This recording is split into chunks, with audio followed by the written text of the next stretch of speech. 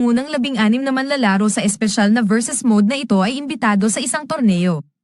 Ang mga nananalo ay maaaring asahan ang mga kamanghamanghang premyo. Maaari ring magkaroon ng espesyal na mga titulo ang mga manlalaro na magtutukoy sa kanila mula sa iba.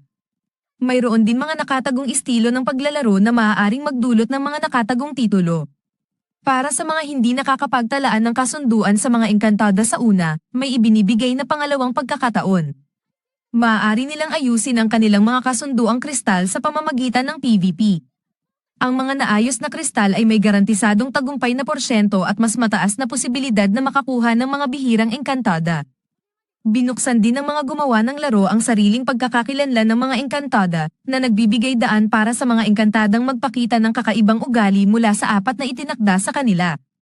Para sa karagdagang mga detalye, nakikita ni Earth na labis ang kasiyahan ng lahat sa bagong anunsyo na ito. Gayunpaman, nagtataka siya kung paano ito magtatrabaho dahil maraming manlalaro ang hindi magaling sa PvP. Umaasa siyang hindi magsisimula ang mga tao na mag-atake sa mga craftsperson na hindi magaling sa laban. Samadya siya sa lugar ng blacksmithing kung saan si Black ay nag-aasikaso sa kanya na walang dapat ipangambang mga craftsperson sa PvP na ito. Ang lahat ng mga variant ay sumang-ayon na sila ay magsasanib puwersa laban sa sinumang magtangkang pilitin silang makipaglaban. Ito ay isang malalaking hadlang dahil wala namang gustong magkaroon ng galit mula sa isang buong guild na bumagsak sa kanila. Natutuwa si Earth na marinig ito. Gusto malaman ni Black kung nakapunta na siya sa bagong bayan. Tinatawag itong Nexia K.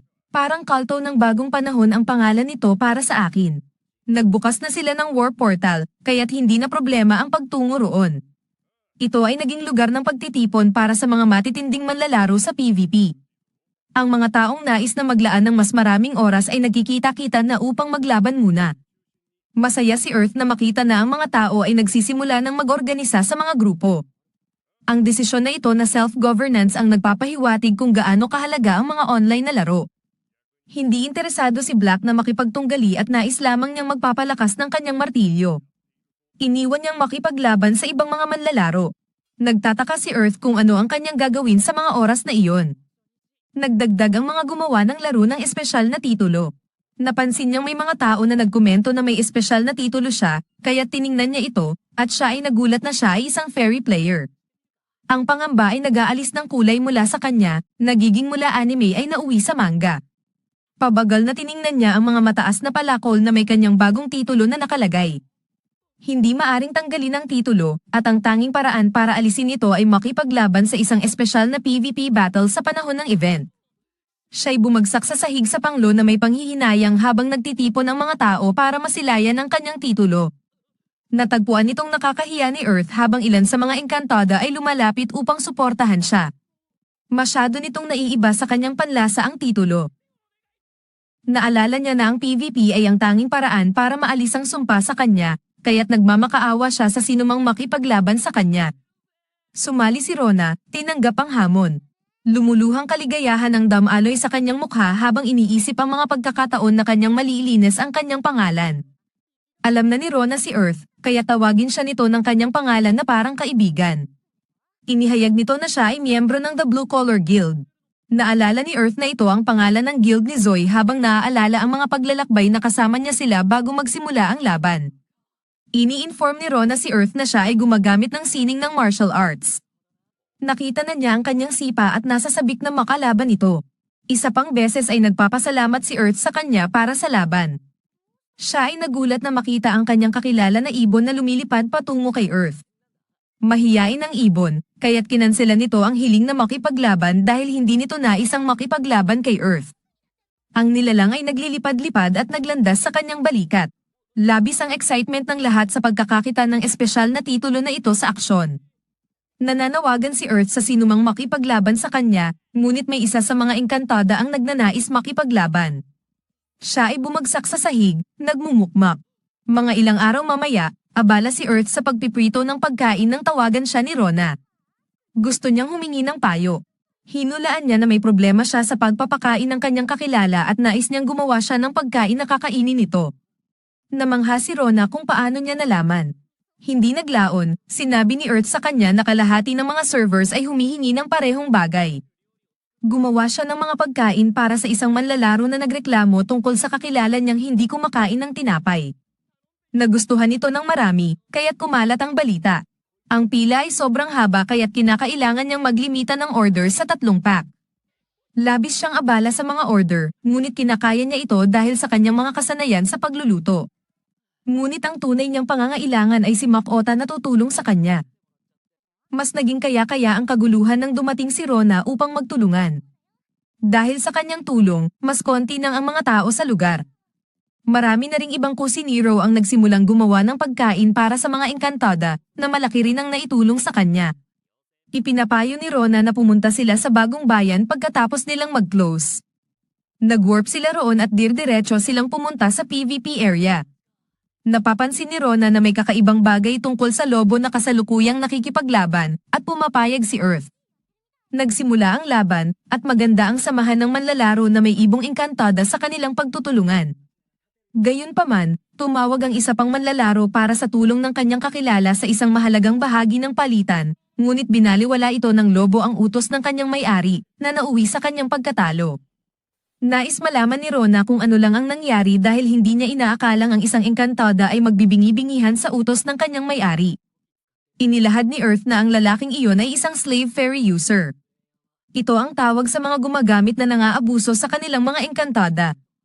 Pinapalo nila ang kanilang mga kakilala para sundan ang kanilang utos o hindi pinapakitunguhan ng mabuti. Ang ilang mga engkantada ay hindi na nakikinig bilang resulta nito. Naiinis ang talo at nag-aayos na upang bugbugin ang kanyang engkantada. Nakikita ni Earth na ito'y magdudulot ng masamang pangyayari. Ini-explain niya na isang beses ay nakita niya ang isang video kung saan ang isang slave ferry user ay itinulak ang kanyang engkantada patungo sa kaharian ng kanyang mga limitasyon. Bilang parusa, kinailangan niyang labanan ang kanyang kontratadong engkantada na nakuha ang power-up kaya't walang pagkakataon ang manlalaro.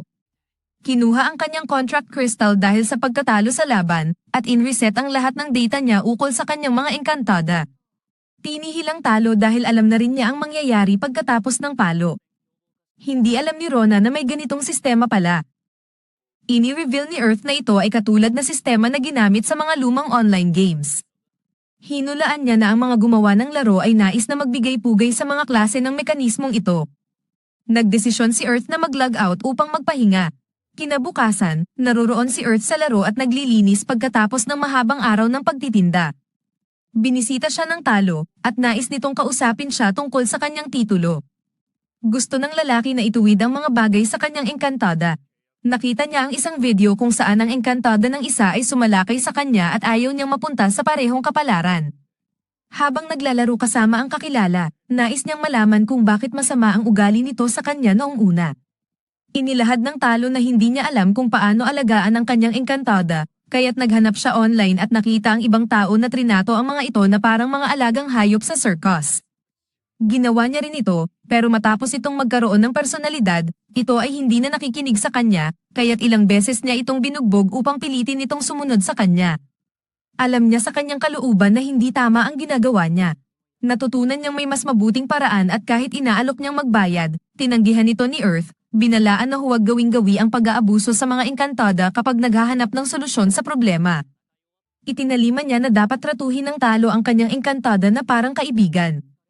Dapat silang maglaban, magpahinga ng sabay, at kapag nag-log out siya, dapat magpaalam. Maaari pa nga silang magkaroon ng pagkain na magkasamang kinakain. Ito ay nag-resonate sa talo, kaya't lumalapit siya kay Earth at pinakiusapan na gumawa ito ng isang bahagi ng carriage dahil sikat na ferry player chef ito.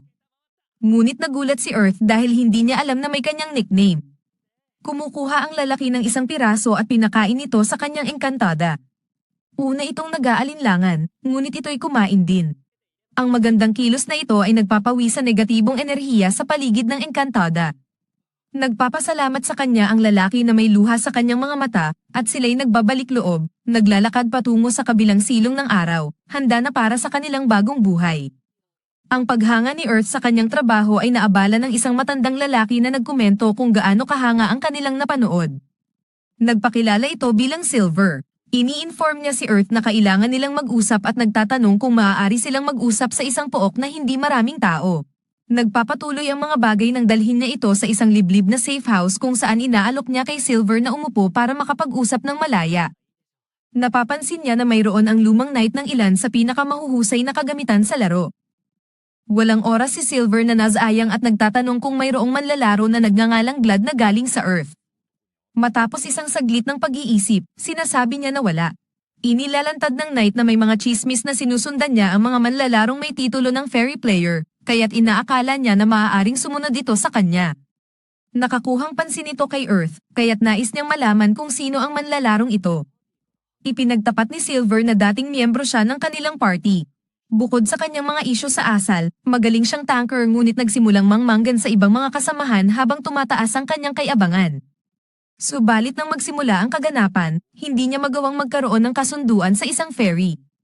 Naging mapanuri ang lalaki at itinapat ito sa iba pang manlalaro. Hindi niya matanggap ang kanyang pagkatalo, kaya't ginamit ni Silver ang kapangyarihan ng leader upang paalisan siya. Tinawag ni Silver ang kanyang bihirang perpektong Light Voki Fairy habang ipinaliwanag na mas naging seloso si Glad habang tinatangkang kausapin siya ng leader.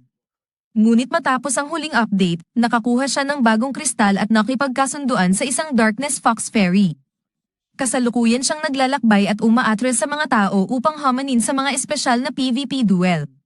Hinala ni Earth na ginagawa niya ito upang patunayan ang kanyang punto, dahil nararamdaman pa rin niya ang kanyang kahihiyan. Nag-aalinlangan si Silver na siya'y may balak na gamitin ang torneo upang ipamalas ang kanyang lakas at ipinamamanhi kay Earth na lumayo sa kanya. Bilang leader ng party, layunin ni Silver na magkaroon ng pananagutan at parusahan siya sa torneo.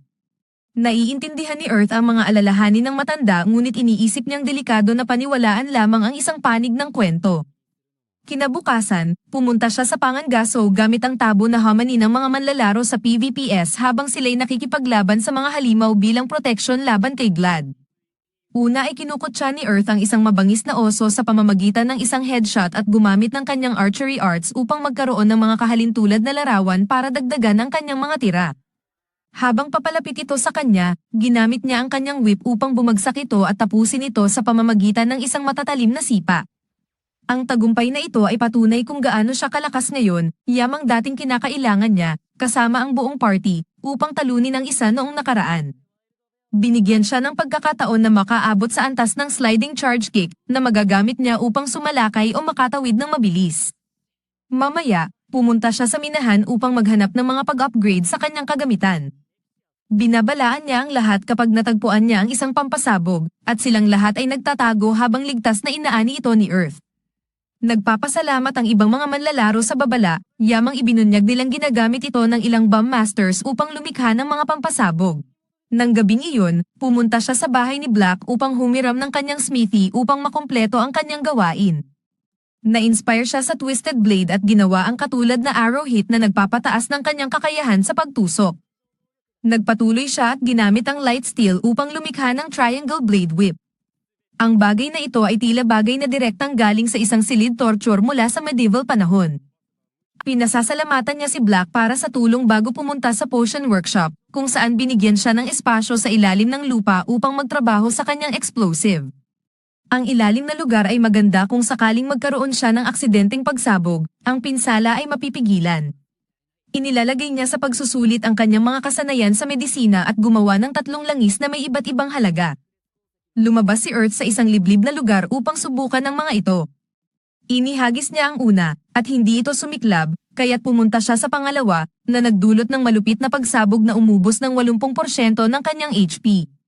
Ito ay labis na makapangyarihan, ngunit itinataguyod niya ito bilang huling opsyon upang mapabagsak ang isang halimaw kung siya'y malapit ng matalo. Tinaguriang ito ng sistema bilang Helmin Oil. Pagkatapos uminom ng healing potion, sinubukan niya ang huling isa na nagdulot ng perpektong pagsabog. Tinawag ito na enhanced oil. Gumawa siya ng marami pa at ginamit ito upang mapabagsak ang 3 mabangis na oso. Ang pag-angat ng EXP na ito ay nag-angat sa kanya sa antas 50 para sa kanyang hunting bow at wind magic. Binigyan siya ng pagkakataon na pagsamahin ng mga ito upang mag-specialize sa isang elemental weapon art, ngunit mawawala ang kakayahan niyang itaas ang kanyang hunting bow at wind magic skills. Kinumpirma niya ang kanyang desisyon at nag-ensayo ng unang skill ng Gatling Arrow. Ito ay nagbibigay sa kanya ng kakayahan na maglalabas-labas ng mga palaso, gayunpaman, maaari lamang niyang barilin ang 2 sa kanyang kasalukuyang antas. Ang isa pang skill ay ang Fly, na nagbibigay sa kanya ng kakayahan na gamitin ang wind magic upang makalakbay ng malalayong distansya. Bumalik siya sa bayan kung saan inilagay niya ang isang order sa armor merchant upang gumawa ng isang cape upang maprotektahan ang kanyang likod. Ang kanilang usapan ay naulit ng isang anunsyo para sa lahat ng manlalaro na tapos na ang scoring para sa Fairy PvP event. Inilista ang mga top 16 na manlalaro para sa final tournament, at hindi nagulat si Earth na makitang sina Silver at Glad ang nangunguna sa talaan. Kinabukasan, nagsisimula ang torneo na may malalaking tao na nagtitipon. Ginamit ni Earth ang kanyang skill na vision upang hanapin ang iba pang mga manlalaro na may Fairy Player title at naantig sa kanilang paglaban. Samantala, ang mga nangungunang manlalaro ay nagpakita ng magandang laban at pagpapakita ng kanilang kasanayan, ngunit sina Silver at Glad ang huling dalawang natitirang manlalaro na nagkakaharap sa final. Nagulat si Earth nang makita niyang kayang gamitin ni Glad ang wind magic na ginamit niya kasama ang iba pang mga kasanayan upang talunin si Silver, ginawa siyang kampyon. Ang kanyang fairy ay nag-evolve sa isang fox humanoid fairy queen. Tinanggihan niyang manatili sa ilalim ni Glad at inilantad na ang layunin ng kaganapan ay upang pumili ng susunod na hari o reyna ng mga fairies.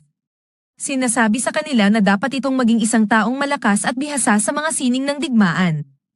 Gayunpaman, ang mga fairies ay hindi mga belligerent na nilalang, kaya't natutunan nilang mga aral mula sa mga tao, ang mga eksperto sa digmaan. Ang nagwawagi sa bawat laban ay magmamana ng mga karanasan ng talo hanggang sa maging huling nagsusurvive na magiging kanilang reyna, na siya ngayon. Si Glad ay nagtatangkang gawing tila siya'y ginamit, ngunit pinaanto ng Fairy Queen na siya lamang ang nakakita sa kanya bilang isang kasangkapan upang maghiganti, at ngayon na natupad na niya ito, nag-expire na ang kanilang kontrata.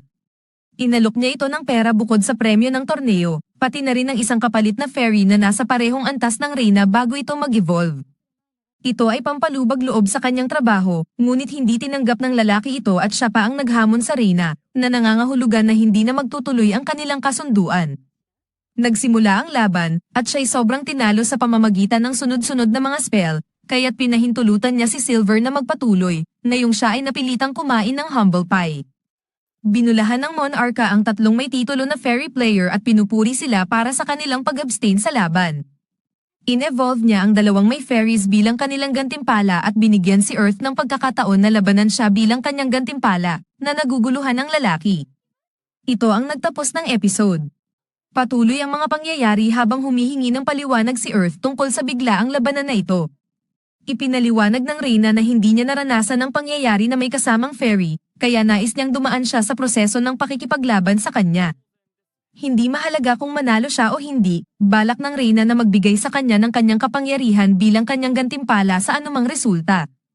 Gayunpaman, kung mananalo siya, magbibigay pa siya ng dagdag na kapangyarihan bilang bonus. Nawawala ang kanyang fairy player name sa sandaling tumanggap siya ng mga kondisyon ng labanan. Sa pagitan nito, sa tunay na mundo, nagtitipon ang mga ehekutibo ng kumpanya ng VR Gaming, na nagsasabing ang pangyayari ay umabot na sa kanyang climax. Nangangahas nilang pinagmamasdan kung paano maglalaro ang labanan na ito. Sa loob ng laro, may kasamang pag-aabang ang ibang manlalaro habang naghahanda si Earth ng kanyang kagamitan. Ginagamit din niya ang oras na ito upang bumuo ng plano kung paano mananalo. Kinikilala ng lalaki ang iba't ibang uri at kapangyarihan ng mahika ng Fairy Queen. Lalo siyang natatakot sa mataas na pagsabog na spell na ginamit niya upang tapusin si Glad. Ang tanging adbantahe niya ay ang katotohanan na nakita na niya itong makipaglaban noon. Nag-aalinlangan din siya kung nakipaglaban ba ito sa isang archer habang kasali sa torneo. Hindi pa rin makapaniwala si Earth na ang piniling kombinasyon ng kanyang mga kakayahan na hindi gaanong malakas ay naging napakatulong. Alam ng archer na mag-a-adapt siya sa kanyang paraan ng pakikipaglaban kapag humaba ang labanan na magbubura sa kanyang adbantahe. Nagpapasya si Earth na hindi niya kayang manalo sa pamamagitan ng patas na laban, kaya ang tanging iba pang pagpipilian niya ay lumaban ng marumi. Naghanda siya ng kanyang mga gamit at kinumpirma ang kanyang pagiging handa sa reyna. Tinatawag ng sistema ang lugar ng pakikipaglaban at nagpapakita ng simula ng labanan. Ginamit ni Earth ang kanyang power slide upang maabyutan ang reyna at nagpaputok ng isang bala gamit ang 70% ng kanyang lakas upang subukan ito. Ginamit ng fairy ang spell na wind cutter, ngunit binawi ng arrow. Masaya si Earth na makita ito dahil ibig sabihin nito na sa kanyang buong lakas, posible niyang talunin ito. Hindi nag-aaksaya ng oras ang reyna at sinundan ito ng sunog na atake na napagtanto ng archer. Nagpaputok siya ng mas malakas na arrow na nagtanggal sa huling fireball at tumama sa balikat ng Reyna. Ang sakit ay nagpakapit sa kanyang staff. Si Zimili at ang natitirang mga manunood ay nagdiwang sa gulat na nakakuha siya ng direktang tama. Nabigla ang fairy na nailaban niya ang kanyang mahika. Nakikita niya na siya ay nasa kahinaan sa isang labanan sa layo, kaya sinusubukan niyang gawing mas malapit ito sa pamamagitan ng pagtakbo patungo sa kanya. Sa kasamaang palad, hindi nais ni Earth na malapit siya sa kanya at gusto niyang manatili sa alituntunin ng 6 feet. Sa loob ng 20, kaya kumuha siya ng isang potion na iniisip niya iinumin. Naghahanda siya ng lightning attack upang manghina siya, ngunit inaasahan din ito ni Earth dahil ginamit niya ang galaw na ito sa kanyang laban kay Glad. Ibinaba niya ang potion, alam niyang hindi makakapagsagawa ng mga spell sa lason na iyon, kaya nagsimula siyang umatake. Nagtapon siya ng ilang kanyang mga explosion potions na nagdulot ng pagbagsak sa Reyna habang nililinis din ang lason. Ipinahayag niya ang kanyang opinyon tungkol sa kahinaan ng mga tao at naniniwala siya na kaya't kailangan nilang gumawa ng mga hindi karaniwang paraan upang talunin ang malalakas. Agad siyang nagtayo ng pader ng lupa sa paligid niya habang nagpapahinga. Nag-respond si Earth sa pamamagitan ng paggamit ng kanyang kasanayan sa pagtatago upang itago ang kanyang sarili na nagpapa-impluwensya kay Thai. Sa kasalukuyan, naguguluhan ang Reyna na hindi siya inaatake at hindi na niya maramdaman ang kanyang presensya. Naghinala siya na naghihintay siya na maubos ang kanyang mahika, kaya't nagpa siya siyang biglang sumalakay. Ngunit hindi matagpuan si Earth hanggang sa biglang lumitaw ito sa likod at ipinaalam sa kanya na siya ay maluwang. Bago pa siya makapag-react, hinawakan siya ni Earth gamit ang kanyang metal na panali at ibinato siya palabas ng balanse sa pamamagitan ng pagsisidlan. Siya ay nanatiling nahuli habang tinamaan siya ng isang sliding tackle. Ang Reyna ay bumagsak sa lupa tulad ng isang tinanggihan na fajita, at hindi nagpapahinga si Earth habang ginagawa niya ang perpektong Gatling arrow na nagbibigay sa kanya ng isang 6 na sunod-sunod na tama kasama ang isang stun. Sinundan niya ito ng kanyang mirror arrow na nagdagdag ng 3 karagdagang mga arrow at pinalaya ang 2 pa gamit ang kanyang twin-ranged arrow attack. Tinapos niya ang kanyang 13 hit combo gamit ang isang arrow na imbued sa hangin at isang sipa. Hindi man lang nagkaroon ng pagkakataon ang Reyna na maunawaan ang nangyari habang ang kanyang katawan ay gumuho sa kabiguan. Ang sistema ay itinanghal si Earth bilang tagumpay habang nawawala ang arena. Ang mga sigaw ng libu-libong manlalaro ay nagpapaalala sa kanya na kanilang napanood ang kanyang nakamamanghang paraan ng pakikipaglaban. Siya ay naglakad paurong at nag-iisip na baka galit ang Reyna nang makita niya ang isang aura na nanggagaling sa kanya. Siya ay nagulat na tinanggap ng Reyna ang pagkatalo ng may grasya at nagsabi pa nga na siya ay masyadong mayabang. Nagpahayag ang Reyna na ito ay magiging isang karanasan sa pagkatuto at agad na nagbigay ng gantimpala kay Earth. Hiniling niya na ipakita sa kanya ang kanyang sira na kristal ng kontrata sa engkanto at ang singsing ng hari ng engkanto. Kinuha ito ng Reyna at idinagdag ang 6 na liwanag sa sira na kristal at pinagsama ang singsing. Nagsanib ang kristal sa singsing, lumilikha ng isang magandang alahas. Hinayla si Earth patungo sa kanya at inilagay sa kanyang daliri ang singsing. Matapos ang kaunting pagtutol, napatawa ang manlalaro sa kabuuan ng pangyayari. Sinubukan niyang tanggalin, ngunit hindi niya magawa. Binigyan siya ng sistema ng impormasyon na ito ay ang ika-87 na singsing ng Reyna. Ang alahas ay naglalaman ng kapangyarihan ng 6 na elemento ng mga engkanto at ito lamang ang nag-iisang uri nito sa buong mundo. Gayunpaman, hindi ito maaaring tanggalin dahil nakasuot na. Napaluha siya nang ma-realize ito.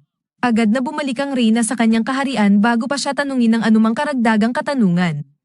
Ito ay itinuturing ng lahat bilang opisyal na wakas ng pangyayari.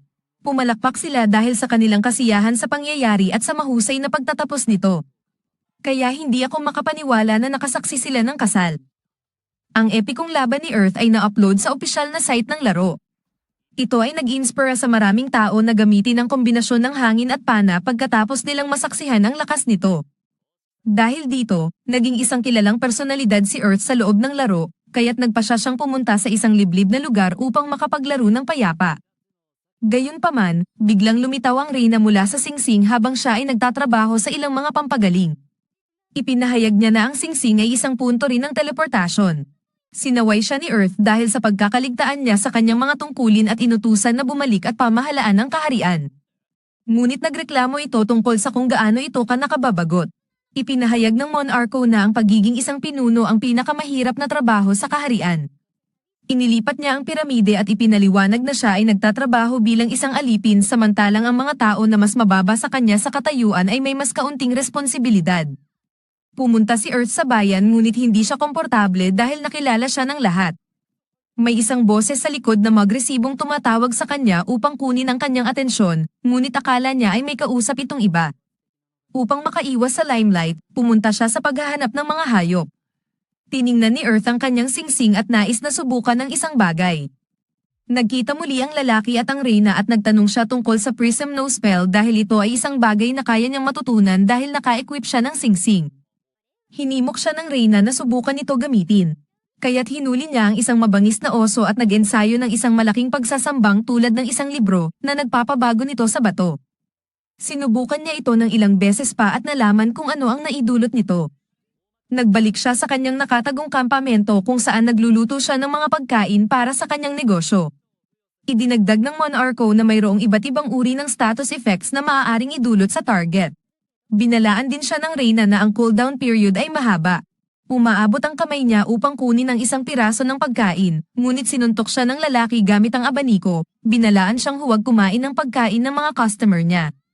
Nagreklamo ang Monarco na lahat ng pagkain sa kaharian ng mga diwata ay sobrang matamis, kailangan niya ng isang maalat upang may balanse ito. Ang kanilang pag-uusap ay nasira dahil kay Nasser, na kinonfronta si Earth dahil sa pagkakaligtaan sa kanya. Naalala ng sikat na personalidad ang pangyayari at tiniyak sa kanya na hindi niya alam na siya ang tinutukoy. Ipakilala ni Nasser ang sarili bilang miyembro ng Bow of Apollo Guild at nagsimula siyang magbigay ng talumpati tungkol sa layunin nila na magbigay kaligtasan sa lahat ng apihang mga pana saan man. Sinubukan niyang rekrutahin si Earth ng may pangmamaliit, kaya't iginiit ng superstar na hindi siya interesado at nagpatuloy sa pagkain ng kanyang pagkain kasama ang reyna bago umalis. Sinabi niya kay Nasser na hindi siya interesado, na naguluhan ng bisita. Nanatili ang reyna kasama si Earth hanggang malapit nang matapos ang kanyang trabaho, at pinadalhan ng lalaki ito ng pagkain pabalik sa kanyang kaharian, na nagpaligaya sa kanya. Excited siya na magkakaroon siya ng kapayapaan ngayon upang magtrabaho sa kanyang kagamitan.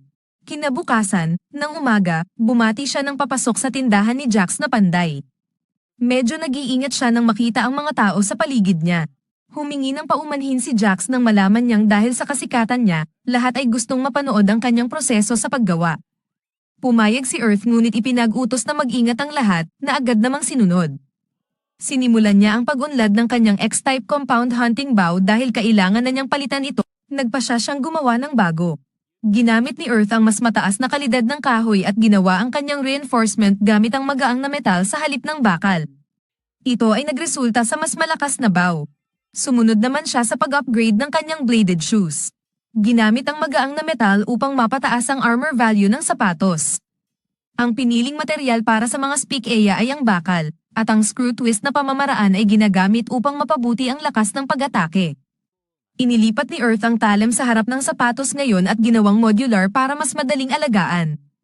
Ang mga pagbabagong ito ay magbibigay daan sa kanya na maging mas maliksi sa kanyang mga sipa. Matapos ng ilang sandali, natapos na ang FWN leg blade. Nag-ensayo siya ng ilang sipa gamit ang mga ito, at ang mga tagapanood ay palakpak sa paghanga sa panday na ito.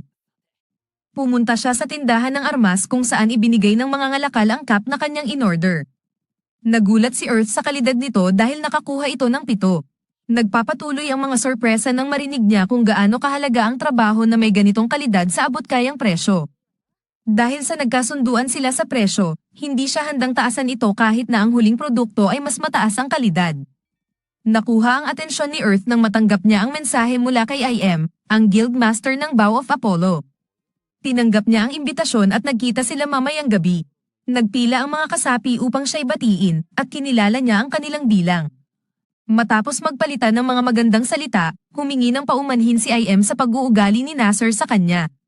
Binigyang diin niya ang kasikatan niya matapos ang kanyang pagtatanghal laban sa reyna. Dahil sila ay isang guild na puro pana lamang, naniniwala si Nira na kung magiging kasapi si Earth, sisirit ang kanilang bilang. Ipinaalam ng superstar sa kanila na hindi siya na-offend sa pagkakamaling ito.